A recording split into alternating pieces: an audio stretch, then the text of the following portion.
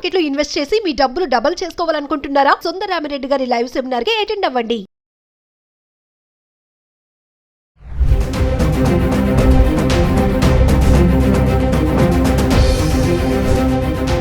నమస్తే, welcome back to Suman TV. ప్రస్తుతం మనతో పాటు business analyst doctor Nandi Rameshwar Rao గారు. సార్తో మాట్లాడదాం.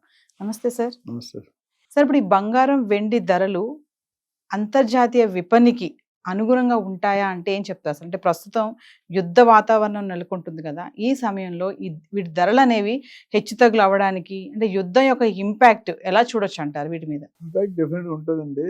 ఇప్పుడు మామూలుగా ఏమీ లేకపోయినా కూడా కొద్ది ఇంపాక్ట్ ఉంటుంది. 5-10% ఇటు అటు జరుగుతుంది. అనూహ్యంగా గత 3 నెలలు 4 నెలల్లో చూసుకుంటే మనకి 60,000 69,000 నుండి 95 లక్ష 3,000 దాకా వెళ్ళింది. ఇప్పుడు రీసెంట్గా లాస్ట్ 3-4 డేస్ కొద్ది తగ్గుతుంది. పెద్ద 1,000 రూపాయలు అటు 1,000 రూపాయలు ఇటు. ఎందుకు తగ్గుతుందంటే నేను అంతకుముందు కూడా చెప్పాను, యుద్ధాలు అయినప్పుడు వాళ్ళకి ఇప్పుడు పాకిస్తాన్ ఉందనుకోండి, $15 బిలియన్ ఉంది. అది అయిపోతే వాళ్ళకి ఫుడ్ తినడానికి ఏముండదు. ఇండియాతో పోటీ పడుతున్నారు. ఇండియాతో ఎంత పెద్దదో అది ఎంత చిన్నదో మనకు తెలుసు. అందరూ దేశంలో అందరూ కూడా వ్యతిరేకిస్తారు. ఇక్కడ ఏమవుతుందంటే ఎప్పుడైతే రిజర్వ్స్ అయిపోయావో సెంటర్ డబ్బులు ఎప్పుడైతే అవి ఇన్ఫ్లో ఉంటుంది. ఇప్పుడు ఎవరైనా వెళ్తారా? ఇప్పుడు నేను ఇండియాని వెళ్ళి క్యాన్సిల్ చేసుకున్నాను. బద్రీనాథ్ చెప్పా కదా, క్యాన్సిల్ చేసుకున్నాను. ఫ్లైట్స్ అన్ని బాగాలేవు. సో ఎప్పుడైనా ఇజ్రాయెల్, ఇరాక్ కానీ, యుక్రెయిన్, రష్యా కానీ ఇవన్నీ అయినప్పుడు ఇన్ఫ్లో రాదు. కొన్ని సిటీలు టూరిజం మీద చాలా సంపాదిస్తాయి. సో ఇక్కడ ఏమవుతుందంటే యుద్ధం అయినప్పుడు రాకపోకలు జరగవు, ఇంపోర్ట్స్ ఎక్స్పోర్ట్ ఆగిపోతాయి. ఇప్పుడు మన ఇండియా ఎన్ని ఆపేసారు, మీకు నీళ్ళు ఆపారు అని తెలుసు కదా, మీకు చాలా ఇబ్బంది పడుతుంది. కేజీ టమాటాలు 300-200 అవుతున్నారు. మనకి 20 రూపాయలు 30 రూపాయలు 300. ఎందుకంటే స్కేర్సిటీ. ఇంకొన్ని రోజులు అయితే 3,000 ఏమైనా ఆశ్చర్యపడక్కర్లేదు. సో ఎప్పుడైతే ఈ ఇబ్బంది వస్తుందో, ఆ ఇబ్బంది వచ్చేటప్పుడు సెంట్రల్ రిజర్వ్స్ నిధులు అంటారు. ప్రతి కంట్రీ కూడా ఎమర్జెన్సీ ఫండ్స్ ఉంటాయి. 1000 టన్నులు 2,000 టన్నులు 3,000 టన్నులు వాళ్ళకున్న కెపాసిటీ బట్టి, వాళ్ళకున్న రిక్వైర్మెంట్ బట్టి 2,000 టన్నులు రిలీజ్ చేస్తారు అనుకోండి. అప్పుడు ఏమవుతుంది, డిమాండ్ కాస్త ఫుల్ అవుతుంది. ఎక్సెస్ సప్లై ఉంటుంది ఒకేసారి. మళ్ళీ అది 1 వీక్ 10 days మళ్ళీ తగ్గుతుంది. మళ్ళీ తక్కువ మళ్ళీ కొనుక్కుంటారు. So gold rate will increase based on the availability. Then war conditions, US economic conditions, employment position, recession, ఇవన్నీ కూడా ఇంపార్టెంట్ ఫ్యాక్టర్స్. ఇండియాలో వచ్చేసరికి పసిడి పచ్చితనం మనం చాలా చెప్పుకున్నాం. India is the highest consumer of gold in entire world. మనకున్నంత ట్రెడిషన్, మనకున్నంత సోకు, మనకున్నంత మోజు most of the other, especially south ఇండియాలో కూడా. మనం ఇప్పుడు పెళ్లి సీజన్ వచ్చింది, ఫంక్షన్కి వెళ్ళారంటే ఒక 1 కేజీ గోల్డ్ వేసుకొని ఉంటారు. ఎస్పెషల్లీ లేడీస్, జెంట్స్ అంతా ఈ మధ్యలో జెంట్స్ కూడా వేసుకుంటున్నారు. సో అప్పుడు ఏమవుతుందంటే demand versus supply, supply versus demand. ఎప్పుడైతే ఈ నిధులు ఏ కంట్రీనైనా రిలీజ్ అవ్వచ్చు, ఈరోజు యుక్రెయిన్ అవ్వచ్చు, ఇజ్రాయెల్ అవ్వచ్చు, దుబాయ్ అవ్వచ్చు, ఎక్కడికైనా యుద్ధాలు అవుతున్నాయంటే గ్యాప్ వస్తుంది. ఆ గ్యాప్ని ఫిల్ చేయడానికి ఆ reserves, bonds, gold sovereign bonds అని రకరకాల రూపంలో ఇన్వెస్ట్ చేస్తారు. అవన్నీ రిలీజ్ చేస్తే ఎప్పుడైతే గోల్డ్ ఎక్కువై సప్లై ఎక్కువైందో డిమాండ్ తగ్గుతుంది. తగ్గినప్పుడు రేటు తగ్గుతుంది.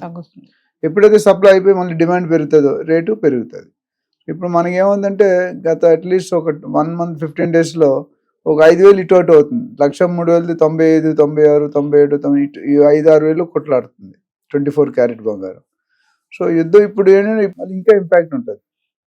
ఎందుకంటే lot of income will get effect. ఇప్పుడు మెయిన్ ఎన్ని స్థావరాల్లో 26 లొకేషన్స్ టార్గెట్ చేశారు పాకిస్తాన్. మన వాళ్ళు వెళ్ళి వాళ్ళు 4 గంటల రాత్రి అవగొట్టారు మొన్న. అంతకుముందు వాళ్ళు 26 మంది చంపితే మన వాళ్ళు 100 మంది చంపారు. వీళ్ళు చంపుకుంటూ పోవాలి కదా. అయితే మనకి వాళ్ళకి తేడా ఏంటంటే వాళ్ళు పబ్లిక్ మీద అటాక్ చేస్తున్నారు, మన వాళ్ళు పబ్లిక్ని ఏమంటలేదు. ఇంపార్టెంట్ ఎక్కడైతే ఈ లష్కర్ వాళ్ళందరూ ఉంటారో వాళ్ళని అటాక్ చేస్తున్నారు. సో వాళ్ళకి మనకి వరల్డ్ ఈజ్ అబ్జర్వింగ్. సో ఇక్కడ ఏమవుతుంది, గోల్డ్ అనేది కెనాట్ బి కన్సిస్టెంట్. బట్ డెఫినెట్గా ఈ రోజు తగ్గినా మళ్ళీ వార్ అయిపోయిన తర్వాత పెరిగే అవకాశాలు చాలా ఎక్కువగా కనిపిస్తున్నాయి. ఎంత మారినా 5% 10% కంటే వేరియేషన్. మరి 50,000కి వస్తుంది అనుకోండి, నేను అనుకోవట్లేదు. ఎందుకంటే 1,00,000 నుండి 50,000 రావడం అనేది చాలా కష్టం. కరోనా టైంలో 55,000-56,000 ఉండేది. సో ఓవరాల్గా చూసుకుంటే పెద్ద డ్యామేజ్ ఏం లేదు. బట్ ఏంటంటే కొద్దిగా ఆలోచిస్తారు. ఎందుకంటే షేర్ మార్కెట్ వేరియేషన్ ఉంది, రియల్ ఎస్టేట్ కొద్దిగా వేరియబుల్ ఉంది, గోల్డ్ వేరియబుల్ ఉంది. సో రిస్క్ మిటిగేట్ చేసుకుంటారు, అంటే డిస్ట్రిబ్యూట్ చేసుకుంటారు రిస్క్ అనేది. నేను లాస్ట్ టైం కూడా చెప్పాను, 3-4 ఇప్పుడు don't carry all eggs in 1 basket. 4 డైన్ ఒకే దాంట్లో తీసుకెళ్తే బ్యాగ్ పడితే 4 డైన్, అదే వేరు పట్టుకుంటే ఒక బ్యాగ్ పడినా 3 బ్యాగులు ఉంటాయి. ఇక్కడ కూడా అదే ఇన్వెస్ట్మెంట్ ప్రకారం. మొన్నటి వరకు గోల్డ్, సిల్వరు అంతకుముందు ఆర్నమెంట్ వాడుకునే విధంగా కన్జంప్షన్ ఉండేది. ఇప్పుడు ఇన్వెస్ట్మెంట్ రూపంలో కూడా దీన్ని కూడా చూస్తారు, గోల్డ్ని కూడా. సో ఇన్వెస్ట్మెంట్ అంటే పెట్టుబడి. ఇది కూడా ఇంత పెట్టుబడితే ఇంత వస్తుంది. ఎందుకంటే గత 3 నెలలు 4 నెలలు విపరీతంగా పెరిగిపోయింది. ఆల్మోస్ట్ 30-35,000 పెరిగిపోయింది అనుకోండి last 3-4 months. Very huge jump. అది ఇప్పుడు ఒక 5 సంవత్సరాలు 6 సంవత్సరాలు 5 కూడా కాకుండా 10 సంవత్సరాలు ఒకేసారి 3 నెలలు 4 నెలలు ఏంటంటే, so people are shifted their mindset అనేది మారింది. ఓన్లీ రియల్ ఎస్టేటే కాదు, ఓన్లీ లేకపోతే స్టాక్సే కాదు, అన్ని రకాల 4-5 హెడ్డింగ్లో పెట్టుకుంటే ఒకటి కాబట్టి మామిడి చెట్టుకి 4 రాళ్ళు ఇస్తే చిన్నడు ఒక రాయినా తగిలి మామిడి పండు పడతాను. అట్లయినా 4-5 రాళ్ళు డిస్ట్రిబ్యూట్ చేస్తే రిస్క్ అనేది క్యాలిక్యులేటెడ్గా ఉంటుంది, ఎక్కువ అవ్వకుండా. అంటే మామూలుగా చూసుకుంటే సార్, పాకిస్తాన్ ఇండియా అనేది ఈ 2 దేశాలు ప్రపంచంలోనే అతిపెద్ద బంగారం వినియోగంలో, బంగారు భాండారాల్లో ఇవి 2 ఎక్కువ అని చెప్తా ఉంటారు కదా సార్, దాన్ని ఎలా చూడొచ్చు అంటారు? అంటే అది perception, tradition of the country. ఎందుకంటే వాళ్ళకి అలవాటు పడ్డారు. ఇప్పుడు irrespective of any community gold, Dubai నుంచి చూసిన గోల్డ్ బిస్కెట్ కేజీలు కేజీ దొరుకుతాయి. చాలా ఎన్ని చెకింగ్ దొరుకుతున్నాయి. సో వాడేదాన్ని మనం ఏం పాయింట్అవుట్ చేయలేం. బట్ యూసేజ్ అనేది ఇప్పుడు రేటు పెరిగితే తగ్గుతుంది. చాలా మంది ఇప్పుడు అక్షయ తృతీయలో సేల్స్ డౌన్ అయింది గోల్డ్. ఎందుకంటే అప్పుడు కూడా ఎంత 95-96 ఉంది. 1,03,000 స్లోగా తగ్గింది. యాక్చువల్లీ పెరిగితే లక్కీగా అప్పుడు 5-6 తగ్గించారు. సో మన ఇండియాకి అనేది ఫస్ట్ ఇంపార్టెంట్ థింగ్, అన్నిటికంటే ఇంపార్టెంట్ థింగ్. ఇండియాకి పెళ్ళి అయినా, ఫంక్షన్ అయినా, ఎంగేజ్మెంట్ అయినా గోల్డ్ లేకుండా ఒక అడుగు ముందుగా. మిగతా కమ్యూనిటీలు అట్లీస్ట్ హిందూ కమ్యూనిటీస్ వరకు దే విల్ డెఫినెట్లీ యూస్, కట్నంగా ఇస్తారు కొంత, ఎన్ని వస్తువులు, కొన్ని బిస్కెట్ రూపంలో ఇస్తారు పెద్దవాళ్ళు. సో ఓవరాల్ చూసుకుంటే it is good thing that gold is appreciating, but that risk is always there.